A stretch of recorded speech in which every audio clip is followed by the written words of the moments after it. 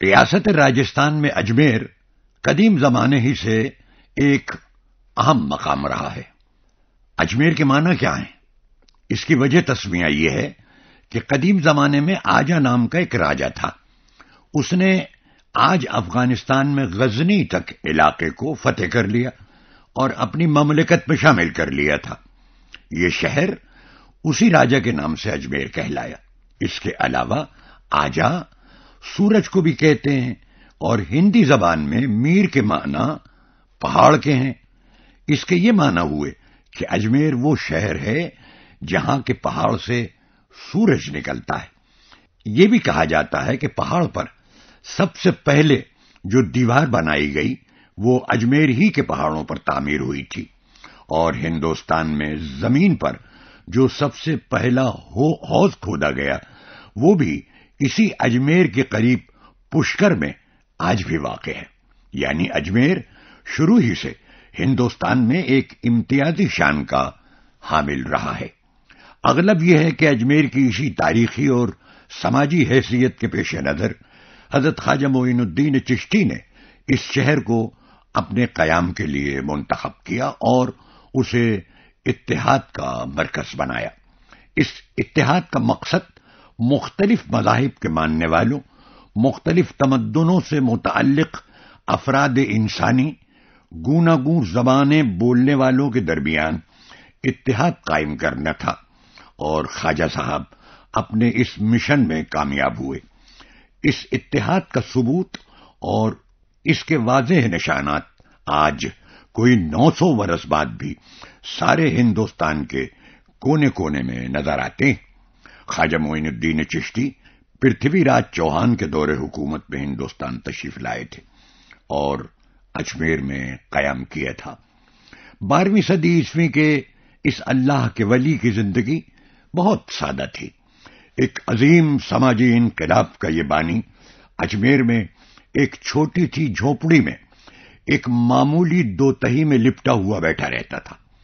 5 مسقال سے زیادہ کی روٹی کبھی افطار میں میسر نہیں آئی، لیکن نظر کی تاثیر کا عالم یہ تھا کہ جسے دیکھ لیتے وہ گناہوں کی آلائش سے پاک ہو کر ہمیشہ کے لیے انہی کے رنگ میں رنگ جاتا تھا۔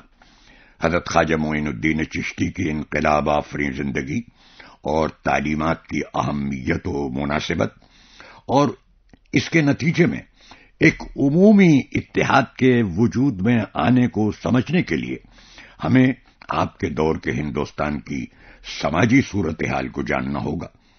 اس کے بارے میں مختصراً یہ کہا جا سکتا ہے کہ اس وقت ہندوستان کی سماجی حالت حد درجہ تباہ اور قابل رحم تھی۔ ہر شخص اپنی ہی دنیا میں مگن تھا۔ زندگی کے ہر موڑ پر امتیاز کا دورہ تھا، بلکہ یوں کہنا چاہیے کہ ایک دوسرے سے برسر پیکار تھا۔ اتحاد فکر و عمل کا کہیں نام و نشان نہ تھا۔ چھوت چھات نے بڑی تعداد میں ہندوستانیوں کی زندگی اجیرن کر رکھی تھی۔ ایک بڑا طبقہ جانوروں سے بھی بدتر زندگی گزارنے پر مجبور تھا۔ زندگی کی ساری لذتیں اونچی ذات کے لوگوں کے لیے مخصوص تھی۔ غریب عوام ابدی مصیبتوں اور کبھی نہ ختم ہونے والی بے آبروئیوں کا شکار تھے۔ زندگی ان کے لیے بوجھ بنی ہوئی تھی۔ پروردگار نے انہیں آدمی بنایا تھا، لیکن اس کے بندوں نے انہیں جانوروں کی زندگی بسر کرنے پر مجبور کر دیا تھا۔ اس گہرے سماجی اندھیرے میں خواجہ معین الدین چشتی نے انسانیت اور انسان دوستی کی شمع روشن کی، اور بڑی تعداد میں ہندوستانی اس شمع کے گرد پروانوں کی طرح جمع ہونے لگے۔ خواجہ معین الدین چشتی کی زندگی کے مفصل حالات معلوم نہیں، لیکن ان کی تعلیمات کے بارے میں جو اشارے معاصر اور بعد کے ماخذ میں نظر آتے ہیں ان سے پتہ چلتا ہے کہ خواجہ صاحب نے اسلام کی بنیادی تعلیمات ہی کی بنیاد پر اپنی زندگی گزاری اور انہی اسلامی تعلیمات کو عام کیا۔ غیر اسلامی معاشرے میں اسلام کی ان تعلیمات کو عام کرنے کی کامیاب کوشش کی، جو ثابت کرتی ہیں کہ اس کے پیغمبر حضرت محمد صلی اللہ علیہ وسلم حقیقی معنی میں رحمت للعالمین تھے۔ وہ ساری دنیا اور تمام مخلوق کے لیے رحمت بن کر آئے تھے۔ آپ نے رنگ، نسل، زبان وغیرہ کی بنیاد پر انسانوں میں کسی قسم کا کوئی امتیاز روا نہیں رکھا۔ ان کی آغوش رحمت سب کے لیے کھلی ہوئی تھی۔ وہ اپنے پروردگار سے اقرار کرتے تھے کہ دنیا کے سب لوگ آپس میں بھائی بھائی ہیں۔ اسلامی تہذیب میں حضرت ابراہیم علیہ السلام کے بارے میں یہ حقیقت سب کو معلوم تھی کہ جب تک کوئی دوسرا دسترخوان پر نہیں ہوتا تھا آپ کھانا نہیں کھاتے تھے۔ ایک بار کھانے پر موجود اجنبی مسلمان نہیں تھا۔ حضرت ابراہیم کو اس کے ساتھ کھانا کھانے میں تردد ہوا۔ اللہ تعالیٰ نے ٹوکا اور فرمایا، ابراہیم، ہم نے اسے جان دی ہے، تجھے کھانا کھلانے میں تعمل کیوں؟ حضرت خواجہ معین الدین چشتی اس حقیقت سے بھی بخوبی واقف تھے کہ معروف صوفی ابو الحسن خرقانی کی خانقاہ کے دروازے پر لکھا ہوا تھا کہ یہاں آنے والے کو کھانا کھلاؤ، اس سے اس کا مذہب نہ پوچھو۔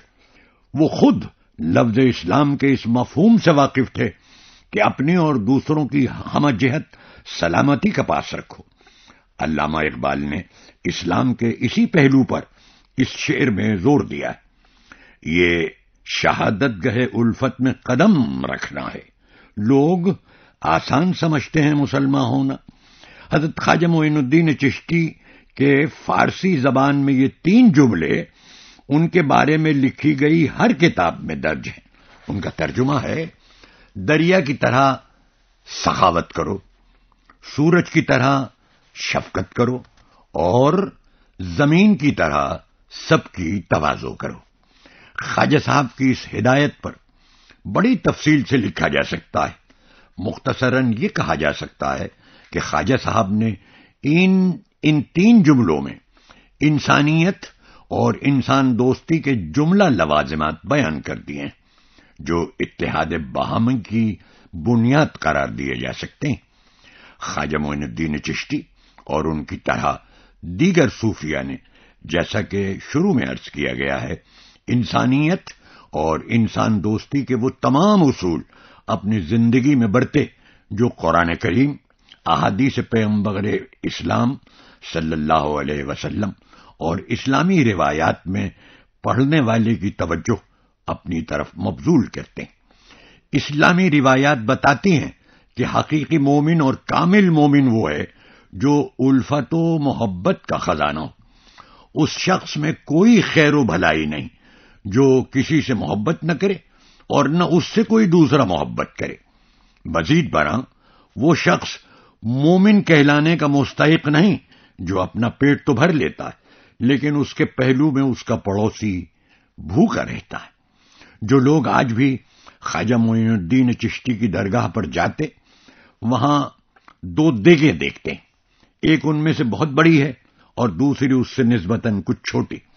خواجہ صاحب کے عرس ہی کے زمانے میں نہیں، کبھی کبھی اس کے علاوہ بھی اس میں زائرین کے لیے کھانا پکتا ہے اور بلا تفریق مذہب و ملت صلاح عام ہوتی ہے۔ ہزارہ لوگ یہ کھانا کھاتے ہیں اور خواجہ صاحب کی دریا جیسی سخاوت، سورج جیسی شفقت اور زمین کی طرح کی تواضع سے بہرور ہوتے ہیں۔ شہنشاہ اکبر نے ان دیگوں میں سے بڑی اور اس کے لڑکے جہانگیر نے چھوٹی دیگ یہاں نظر کی تھی۔ خواجہ معین الدین چشتی کی درگاہ کی فضاؤں میں آج بھی تصوف کی یہ تعلیمات گونج رہی ہیں کہ عبادت بجز خدمت خلق نیست، بے تسبیح ہو سجاد و دلق نیست، یعنی عبادت خدمت خلق کے سوا کچھ نہیں۔ ہاتھ میں یہ تسبیح، سجادے پر عبادت اور موٹا جھوٹا پہننا ہی عبادت نہیں ہے۔ مزید برآں جو ہمارے راستے میں کانٹے بچھائے خدا اس کے راستے کو پھولوں سے بھر دے، یہ ہے صوفیہ کی تعلیم۔ بعض صوفیہ نے تو یہاں تک کہا ہے کہ خلق کی خدمت ہی تصوف ہے۔ تصوف میں عشق کو بنیادی حیثیت حاصل ہے۔ عشق اپنے پیدا کرنے والے سے اور اس کی مخلوق سے۔ فارسی کے ایک شعر میں کہا گیا ہے، ز یمن عشق بکونین صلح کل کردیم، تو خصم باشو زما دوستی تماشا کن، یعنی ہم نے عشق کی برکت سے سارے جہاں سے دوستی کر لی ہے۔ صلح کل ہے ہمارا عقیدہ، تم دشمنی کرو اور اس کے بدلے میں ہم سے دوستی کے نظارے کرو۔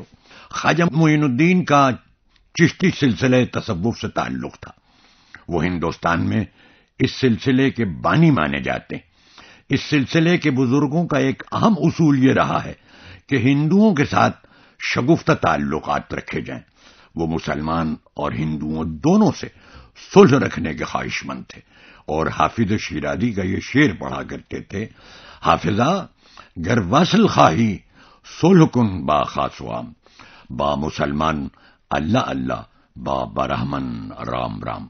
اگر واصل بحق ہونا چاہتے ہو تو ہر خاص و عام سے صلح و عاشقی کے ساتھ رہو۔ مسلمانوں سے ملاقات ہو تو اللہ اللہ کرو، اور ہندوؤں سے ملو تو رام رام کہو۔